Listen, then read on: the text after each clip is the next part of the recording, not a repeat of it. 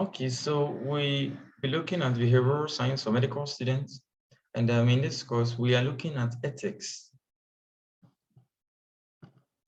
Now, the word ethics has this Greek word, or comes from this Greek word ethos, which means custom, value, or practice.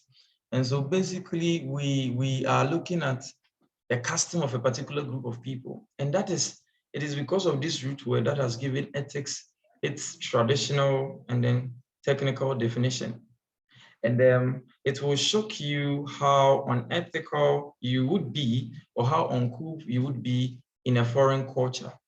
You understand? Something which is not peculiar to you. So first, let's dive into understanding both the traditional and then the technical definition of ethics. First, traditional definition, we describe ethics as a characteristic manner of acting that is peculiar to a group of people. So here we look at how common it is to that particular group of people. Okay, yes, and we try to understand it population-wise or sample-wise. So let's say you go to a culture where children have to sit on tables or have to sit on chairs for elderly people to sit on the ground. And you would find this as weird or bizarre, and you would even find the children in that place as very uncouth because they are sitting on chairs and then the elderly people are sitting on the ground. But you would realize that if an elderly person in that community sits on a chair, he is said to be unethical. That is how they have deliberately defined their pattern of life.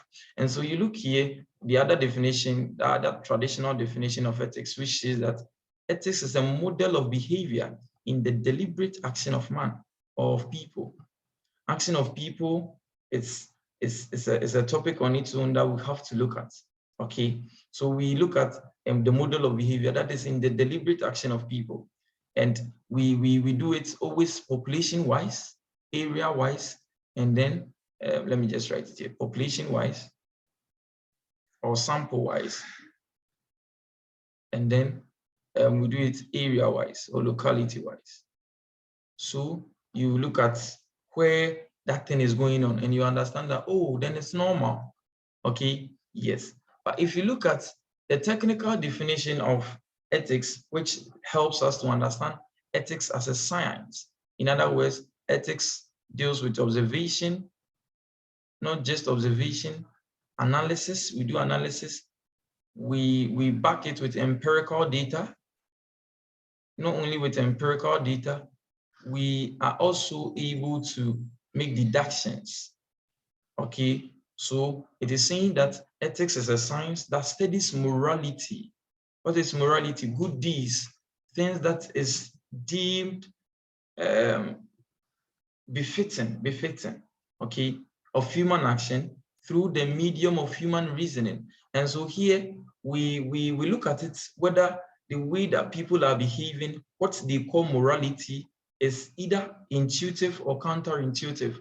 If it's absurd and it's not making sense to us by observation or by analysis, then we can say that these people are very unethical, even though it's peculiar to them. But by a technical definition, once what you are doing doesn't make sense, then it's unethical, you understand? And it is this definition that helps us to appreciate the goodness and then badness of human action. Already, I said that I said in a previous slide that we would look at the action of man, and so would also look at human action. These are two distinct topics that are very intriguing in behavioral science. Okay, yes. There are also other proponents or thinkers who are ethical scientists. Then they have given or propounded their own forms of definition, which I think might also interest or confirm the technical definition. John Dranes said that ethics is an enterprise that is striving to make sense out of the complexities of a lived moral life. And so still we would look at morality of action.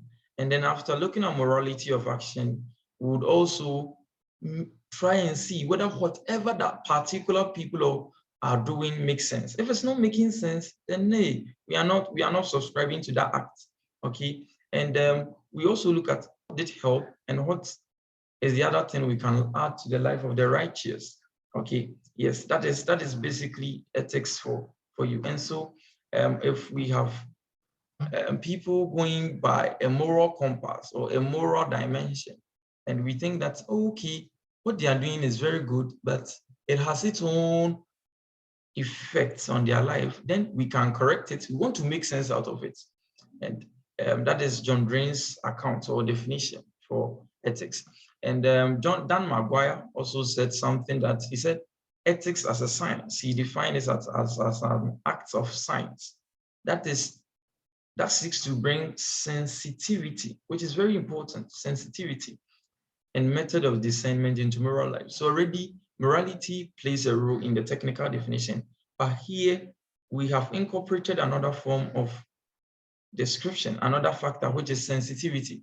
And so if you look at the way that a particular group of people are acting, which is ethical by traditional definition, yet those culture or those behaviors are very dehumanizing, are very inhumane, then by technical definition, we can say that is ethical cruelty. And so once it's ethical cruelty, my emoji sums it up. This emoji sums it up. And so we are not subscribing to. It's very unethical, it's very uncool. They must stop.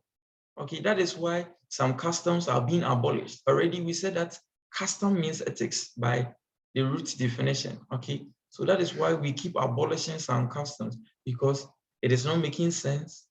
It does not factor sensitivity. It is very insensitive. Okay, and that is why we are abolishing them. And we also look at ethical embodiment, why we act the way we do. And sometimes it's based on these four dimensions, which is your virtues and your rights, your character, your principles, and your personality. So virtues and rights, they go hand in hand. You have the rights to do some things which is backed by law, yet your virtues, your morality will tell you, yes, I'm in the university, I can do this, I can do that. But me, I'm not doing this because of the training that I've received from home. So your virtues is going against it. Sometimes we all have our own character that is subconsciously or unconsciously affecting the way we should act. And so our character may also help us act in a way that, even though with a particular group of people, we are not supposed to do that, but our character may go otherwise. Principles. We all have our fixed or set rules that we live with. And nobody can change that. And we also have personality. The sum total of our actions. These all play a role in ethics. And that is a very brief overview that we can give as a peer tutoring platform on ethics. And I hope you enjoy it. Please subscribe to our channel, and don't forget to spread the word, help other people join us, okay? And most importantly, don't forget to subscribe. Thank you very much. Bye.